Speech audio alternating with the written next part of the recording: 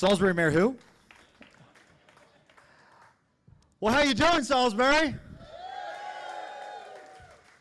Liz, thank you, not only for the kind words, but for allowing me to pursue this dream, and for those beautiful girls.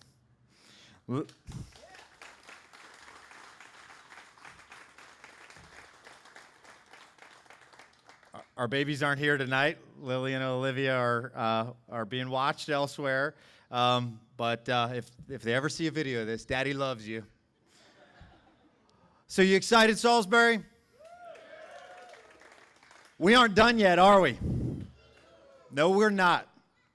You know, I thought about today and what I wanted to say and what I wanted to convey. And most importantly, I wanted to come out here and just say thank you. Thank you to every single one of you. I'm up here because you and I share a vision of a resurgent community. This is a small but great American city. And I believe that you won't forget what we have accomplished over these years. I believe that what we have done here over the last few years is something that is a model for other communities to follow. You know, I was born and raised right here in Salisbury, Maryland, in the very same neighborhood where I'm raising Lily and Olivia today. And when I was a boy, I dreamt of what Salisbury could be. I saw the slumbering potential of this downtown, of this city, not living up to what it could be.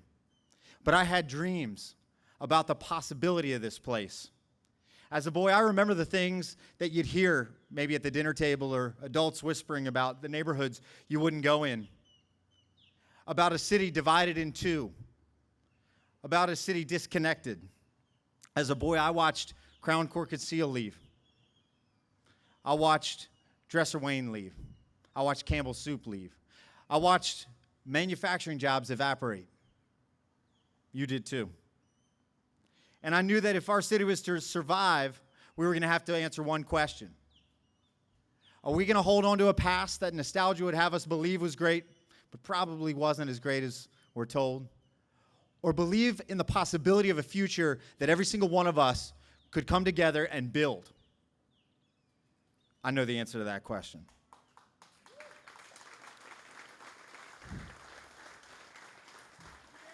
Tell me, do you remember a city council whose antics were on par with the best reality TV shows on television? It wasn't you, Mike, was it? No. Do you remember a time when charter changes were made in the dark of night? Do you remember a time when doing business in Salisbury was met with a laugh? When downtown was being crisscrossed by tumbleweeds? Do you remember a time when our crime rate put us at the 4th most dangerous place in America? They say that hard lessons make for long memories. So if you've been here since those days, if you've seen where we've come from, you know that there was a time when we didn't see a glimmer of dawn on the horizon, but those days have changed. Those days have changed. Because when I walk around Salisbury and I talk to you, I know that there is a ton of hope for the potential of this city. Many in my generation walked away from this town, but some of us came back. Didn't we, Brad?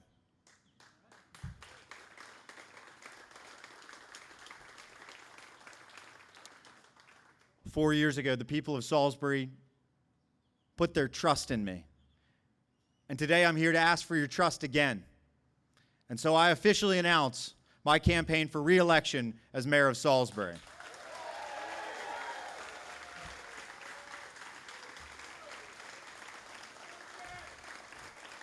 And I know it's warm.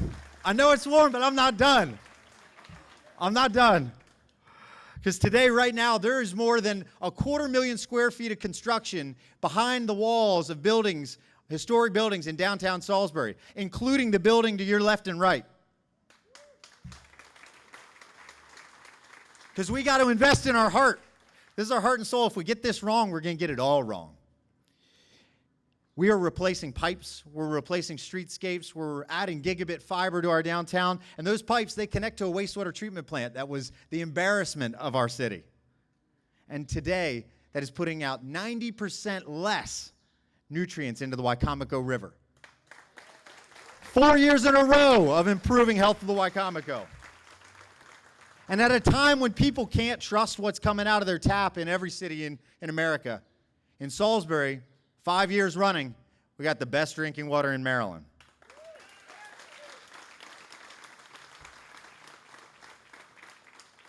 We've seen almost $200 million in construction in this city in the last 4 years, and we got another $150 million going through the permitting pipeline right now.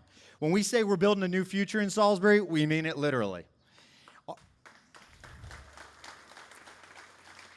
Our city is growing at an unparalleled rate. We're the fastest growing city in Maryland. We're getting younger. We got more places to go. We brought in the National Folk Festival. And ladies and gentlemen, we aren't done. We tore down unsightly buildings, including an adult bookstore, and we put up a beautiful mural in its place.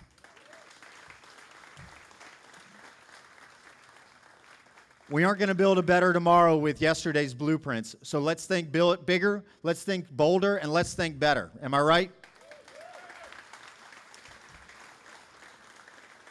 You know, more than 33,000 people call this city home. And 5 times that come here to shop, to eat, to play, to go to the doctor every single day. We had the 7th fastest growing job market in America in 2017, a $19 billion economy in the youngest city from Boston to Charlotte. And in 2018, we saw the first housing starts in our city for the first time in a decade. Am I right, Jack? Right, Muir? First time in a decade. Many of them are going to be on the site. We got more coming, and many of them are on the site of the old mall. 30 years. 30 years that thing sat vacant. We're building. We're building. We are the first city with fewer than 250,000 people to house our chronically homeless. And over the last few years, we have housed 33 people who were living on our streets. People that had become experts at hiding from detection and eyesight. People who were finding their way to a meal by getting arrested. Finding their way to a meal by finding their way into the emergency room. And we're housing them. Because a city that's going to thrive economically has to take care of the least of us as well. Those who have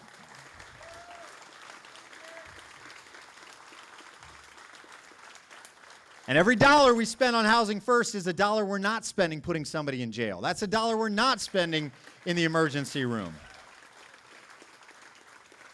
And let's remember, 4 years ago, we were talking about curfews. We were talking about kids in this city as a liability. We weren't talking about community centers. We got one open and one under construction. We're doing everything we can to bring people back to this city. Most of the people who have moved here in the last 10 years have been young families. We got to keep that trend going. That's the lifeblood of an economy. That's the lifeblood of Salisbury. And we're making it a safer city for them to live in. I'll tell you what, the numbers don't lie. The crime rate in Salisbury has been decreasing since 2009. And I've not been mayor since 2009. I'm not claiming credit for this. But it's the facts, and the facts don't lie. We have seen Part 1 crimes drop from over 3,100 in our city in 2009 to 1,800. That's a 41% decline in 10 years. And from this time last year to right now, it's dropped another 23%. 1 year. And we're building it on trust. We're making it a healthier city, too. We're one of the first cities in America to join the Cities Thrive Mental Health Coalition. We've got our SWIFT program. We've got a paramedic and a nurse practitioner riding around this city trying to help people whose first line of defense in healthcare is 911 or the emergency room. No more. We're helping them. We're bringing help to their front door. And I'm proud to say that in the midst of a nationwide crisis, Salisbury has the only metro area in Maryland that's seen 4 consecutive years of decline in opioid overdoses and deaths.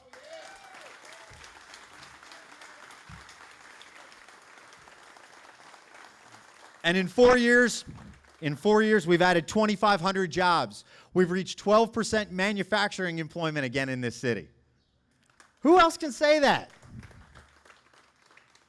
Per capita income is on the rise, 22% in 4 years. Median family income is on the rise.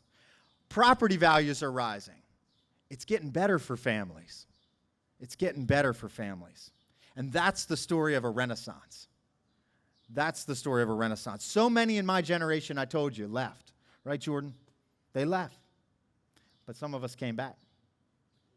And this is a comeback city. That's what I came back to. I came back to a comeback city. A city that wasn't done when it was down. I've heard too long of false choices. We can't have a nice downtown and great neighborhoods. Right? You've heard it. Oh, you can't do both. Well, mayors don't have the option to not learn how to walk and chew gum. And we've been doing more than walking. We've been at a dead sprint. And I know some of you are tired. I am. Hopefully I'm not showing it. But we've been doing it without putting it on the backs of taxpayers either. I've been so proud of the fact that we've saved $1.6 million in debt service. We've had our 6th straight clean audit this past year with no management notes. I'm going to pretend like I know what that means. And for 3 years running, we've had no tax increases.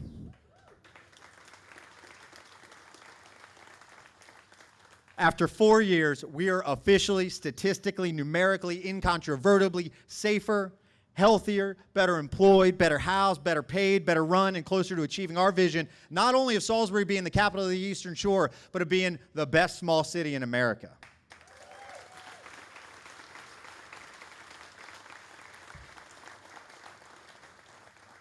We're a comeback city. And if you want to keep coming back, I ask that you let me lead. So I'm going to need your vote on November 5th.